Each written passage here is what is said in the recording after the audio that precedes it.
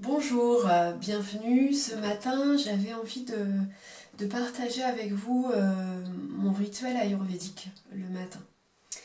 Alors ça me vient de mes rencontres et de ma passion pour l'ayurveda, la médecine indienne, même si je ne suis pas thérapeute, mais j'ai eu l'occasion de rencontrer des thérapeutes et mon médecin indien qui me suit aussi pour la santé.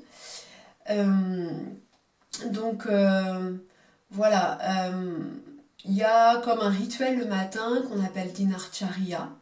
Et puis à côté de ça, je vous parlerai plus spécifiquement aujourd'hui du neti, du Jala neti, le nettoyage du nez, qui est important, je veux dire même tous les jours, mais surtout en ce moment pour votre santé, pour nettoyer le système ORL, en tout cas le nez, les sinus.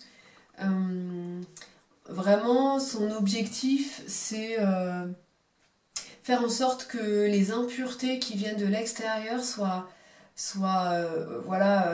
euh, évitent de rentrer à l'intérieur jusque dans les poumons, grâce à la pureté et au nettoyage du nez et aussi on va dire aux membranes et au mucus et aussi aux cils du nez, enfin des cils, je ne sais pas si on peut le dire comme ça, mais en tout cas je le dis comme ainsi, qui protège en fait l'impureté, enfin, qui protège notre corps afin que les impuretés ne rentrent pas.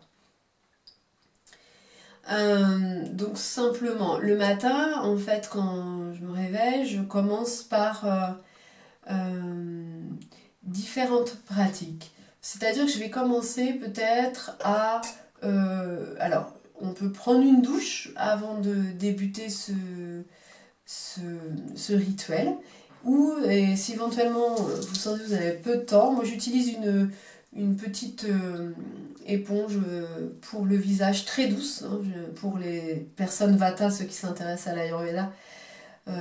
C'est important d'avoir de la douceur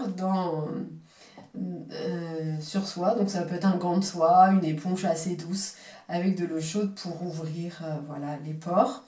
Et ensuite, je vais utiliser donc un gratte-langue pour aller gratter la langue et enlever toutes les bactéries qui sont déposées sur ma langue, qui auront peut-être, voilà, qui viennent peut-être du système digestif, et en tout cas tout ce qui s'est accumulé durant la nuit, afin que ces impuretés, en tout cas ces bactéries, de ne pas déglutir au mieux quand on se réveille, pour ne pas les emmener jusque dans le système digestif et les déposer ici.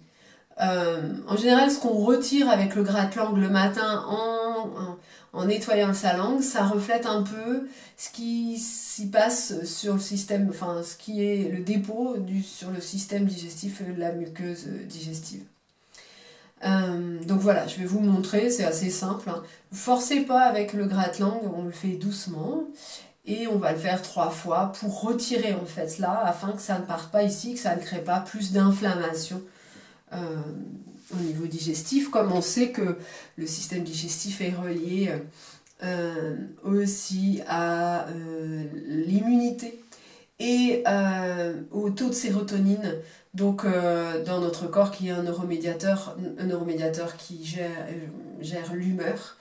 Donc, d'où l'intérêt pour les yogis de voir une hygiène digestive parfaite pour le coup.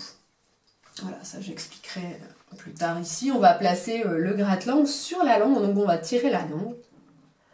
Et on va vraiment aller de bas, au fond de la gorge jusqu'au bout de la langue.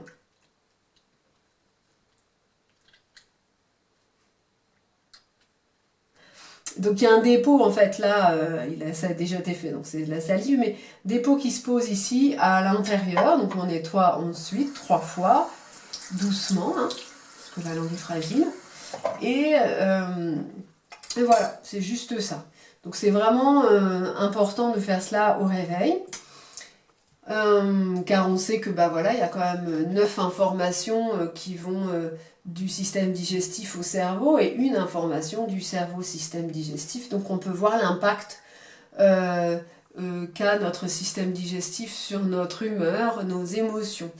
Et les pratiques de yoga sont là aussi pour recréer de la sérotonine, faire vraiment nettoyer et favoriser une immunité, on va dire, plus renforcée. Ce qu'on fait en général, c'est ensuite, ce que je fais, c'est que j'utilise une brosse à dents, simplement, je brosse les dents avec quelque chose d'assez neutre. Alors, des fois, on peut utiliser de l'argile ou un dentifrice au goût assez neutre. Donc, on se brosse les dents. Et puis, ensuite, j'utilise de l'eau tiède. Voilà, donc souvent mon eau, je la mets dans une bouteille en cuivre qui a un effet antiseptique et nettoyant de l'eau. Euh, on pourrait aller plus loin hein, là-dessus autour de l'eau. Hein. Il y a aussi des pierres en céramique qui peuvent nettoyer l'eau. Et aussi des filtres. Voilà. Mais donc du coup, je fais chauffer cette eau et je la bois tiède le matin parce que ça va vraiment, hydrater le corps après la nuit, mais surtout comme ouvrir le passage du digestif pour aller mieux éliminer surtout. L'idée, c'est d'éliminer, d'aller aux toilettes simplement. Avant notre pratique de yoga, c'est important d'aller aux toilettes. Donc l'eau tiède nous aide à aller aux toilettes afin que durant la pratique, on ne fasse pas remonter ces impuretés au niveau physique, énergétique dans le corps et dans les autres corps. Donc voilà, donc je disais le gratte-langue, la brosse à dents.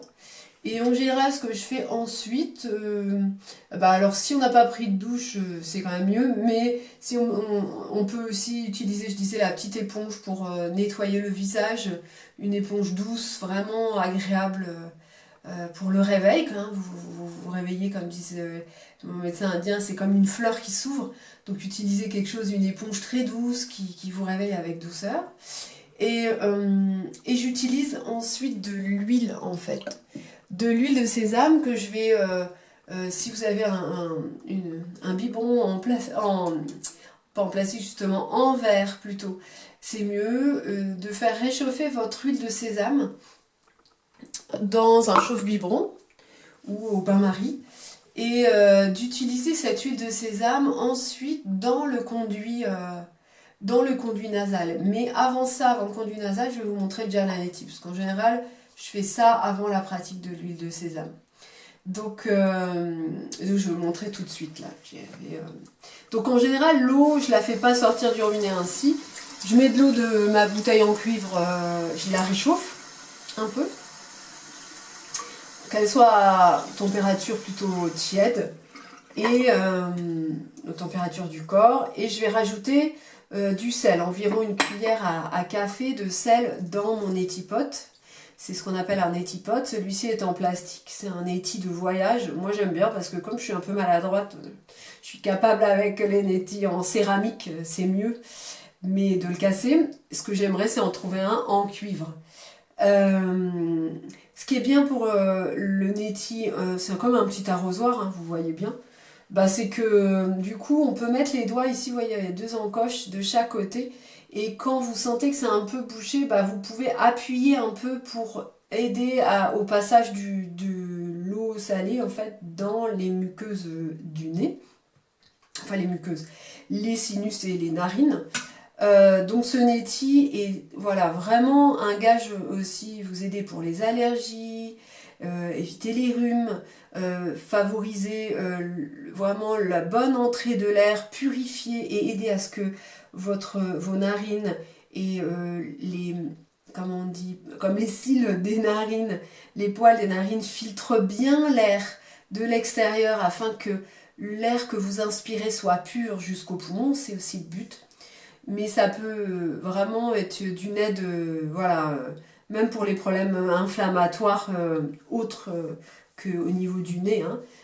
Donc c'est une pratique que vraiment je vous conseille à faire tous les jours.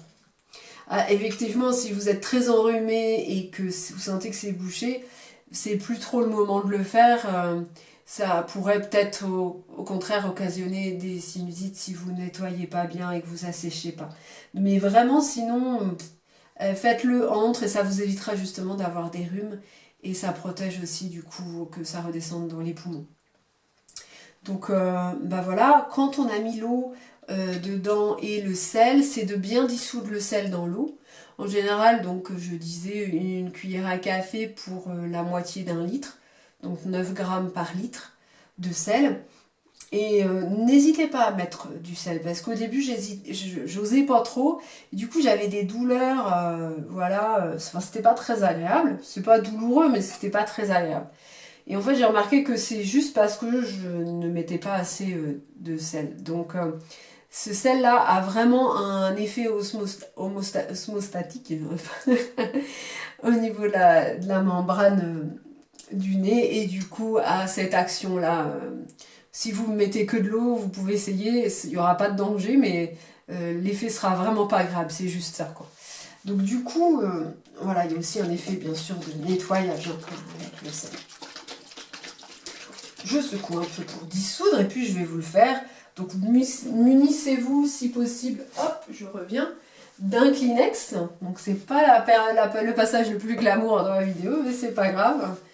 Le but c'est la santé pour moi. Donc du coup on va utiliser donc ce neti, on va le mettre dans une narine, on va incliner la tête, la tête, donc la nuque s'allonge et légèrement vers l'avant. Faire en sorte que vous voyez ça coule bien et que ça ne descende pas dans la gorge, mais que ça coule un peu. Si ça va dans la gorge, c'est pas bien grave, mais c'est moins grave.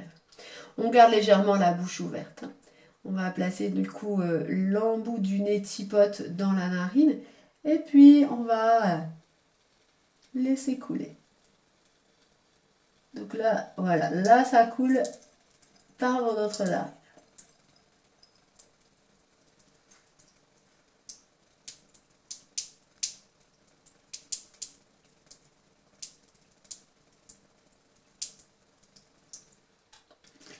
Donc ce qui est bien après, c'est de mettre un doigt sur la narine droite et de faire la même chose de l'autre côté.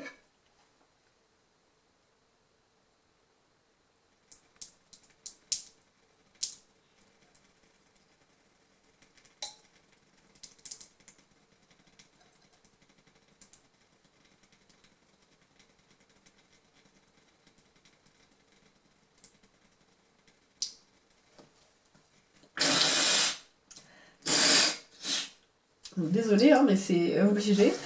Donc on nettoie bien son neti, surtout. Et on va vraiment, faut alterner, boucher une narine et expirer fortement pour aider. On se mouche. Et ce qui est important après, c'est aussi de faire, si vous connaissez Kapalabhati, c'est une expire par le ventre. Enfin, c'est comme si on se mouchait fortement par les deux narines. À l'expire, s'il y a une expiration active.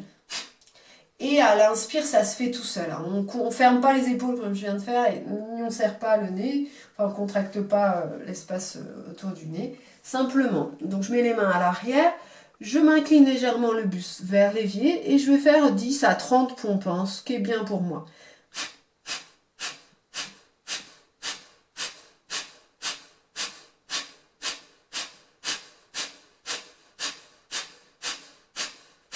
Puis je vais incliner la tête sur le côté, faire la même chose.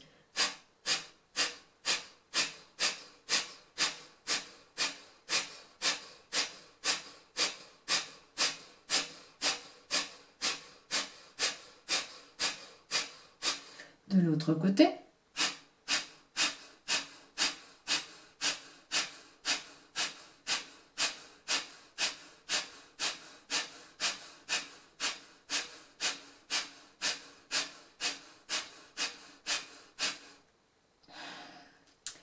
Et de revenir. Vous pouvez faire ces pompes un peu moins longtemps. Si vous pouvez faire 10 pompes, ça suffit. 10 expires, laissez venir l'inspire toute seule. Ça va assécher les conduits, c'est important pour pas qu'il y ait de champignons et que ça ne crée pas de sinusite, au contraire, mais que ça assèche. Donc il n'y a pas de problème, hein, vous faites ça et c'est ok en fait. Hein. Le neti, le nettoyage, bien sûr, Kapalabhati. L'expire si vous êtes enceinte, vos lunes et vous avez une chirurgie au niveau de l'abdomen, vous ne faites pas cette pratique. Donc vous irez peut-être plus doucement pour moucher et assécher les conduits. Voilà, et donc du coup, pour finir, finalement ensuite, je disais, je prenais de l'huile de sésame tiède. Je mets une petite goutte dans la narine. et dans l'autre. Alors j'ai un petit objet que je n'ai pas là, mais c'est, vous savez, la même chose un peu que ces petits flacons là, où on peut appuyer pour aller aspirer de l'huile. Vous pouvez utiliser ça, on peut le faire allonger en ayant la tête légèrement inclinée vers l'arrière, peut-être la tête sur un bolster ou un coussin, le menton vers le ciel, et puis vous mettez une goutte. On peut ensuite mettre le petit doigt dans la narine et masser jusqu'au fond, hein. On n'hésite pas, je ne vais pas vous montrer comment mettre le doigt dans le nez, mais on peut mettre le petit doigt jusqu'au bout. Faut pas qu'il y ait d'ongles hein, pour pas vous abîmer l'intérieur. Puis vous massez, puis vous pouvez inspirer un peu l'huile pour qu'elle passe dans les sinus, le conduit. Voilà, quand on masse, il y a ici, à la jonction ici du nez,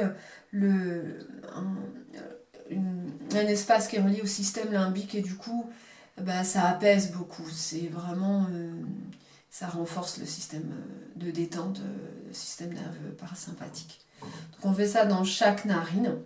Bien sûr, le nettoyage du nez, là, dans chaque narine, au point de vue énergétique en yoga, c'est qu'on va ouvrir le canal énergétique Ida dans la narine gauche et Pingala Nadi dans la narine droite, afin que l'énergie circule, même dans nos postures, pour que notre travail soit plus, je ne sais pas si on cherche une efficacité, mais qu'il y ait des bienfaits, en tout cas, que l'énergie circule bien.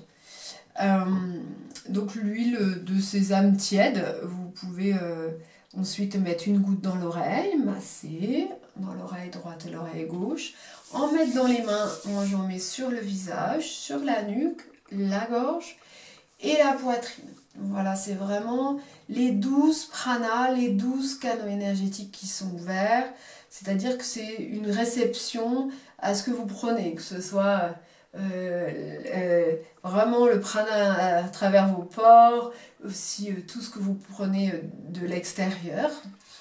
Donc quand vous faites par exemple avant votre pratique de pranayama, c'était pas des exercices respiratoires, mais on travaille avec le souffle pour contrôler l'énergie dans le corps. C'est important de faire cela. La dernière chose pour ces 12 pranas, c'est peut-être de mettre une goutte d'eau de rose dans chaque œil pour aussi ouvrir les yeux, les organes de la vue. Voilà, et une chose importante, ça je l'ai dit, oui, pour boire de l'eau tiède, tout ça à jeun, pour permettre d'aller aux toilettes. Pour finir, bah, si vous sentez un besoin d'apaisement en ce moment, de douceur envers vous-même, si vous sentez que l'énergie Vata, pour ceux qui s'intéressent à l'Ayurveda, vous sentez de l'anxiété, de la peur qui peut vous dépasser, bah, n'hésitez pas à utiliser l'huile de sésame chaude et de masser vos pieds le soir avant de vous coucher, ou de vous faire un automassage complet du corps à l'huile chaude. Ça va vraiment vous réconforter, vous apaiser. Ça, on peut le faire avant la douche. Laissez à peu près 20 minutes, puis après vous prenez votre douche. Quand la douche va ouvrir les pores, l'huile de sésame va rentrer plus en profondeur et amener ses bienfaits. Même on peut aussi décider de mettre aussi de l'huile de sésame chaude le soir, de s'entourer la tête avec un tissu pour la nuit. Bon, voilà, et de garder l'huile chaude pour la nuit pour vous apaiser. Voilà, et prendre votre douche le lendemain matin. Et surtout après ça, ben, vous êtes prête pour votre sadhana, votre pratique de yoga, pour faire du pranayama, un peu de posture, de la méditation ou autre. Je vous remercie pour votre écoute et vous pouvez partager cette vidéo ou aller voir sur mon site. N'hésitez pas à me poser des questions par mail. Je vous remercie. Namasté, j'espère que cette vidéo vous aura aidé.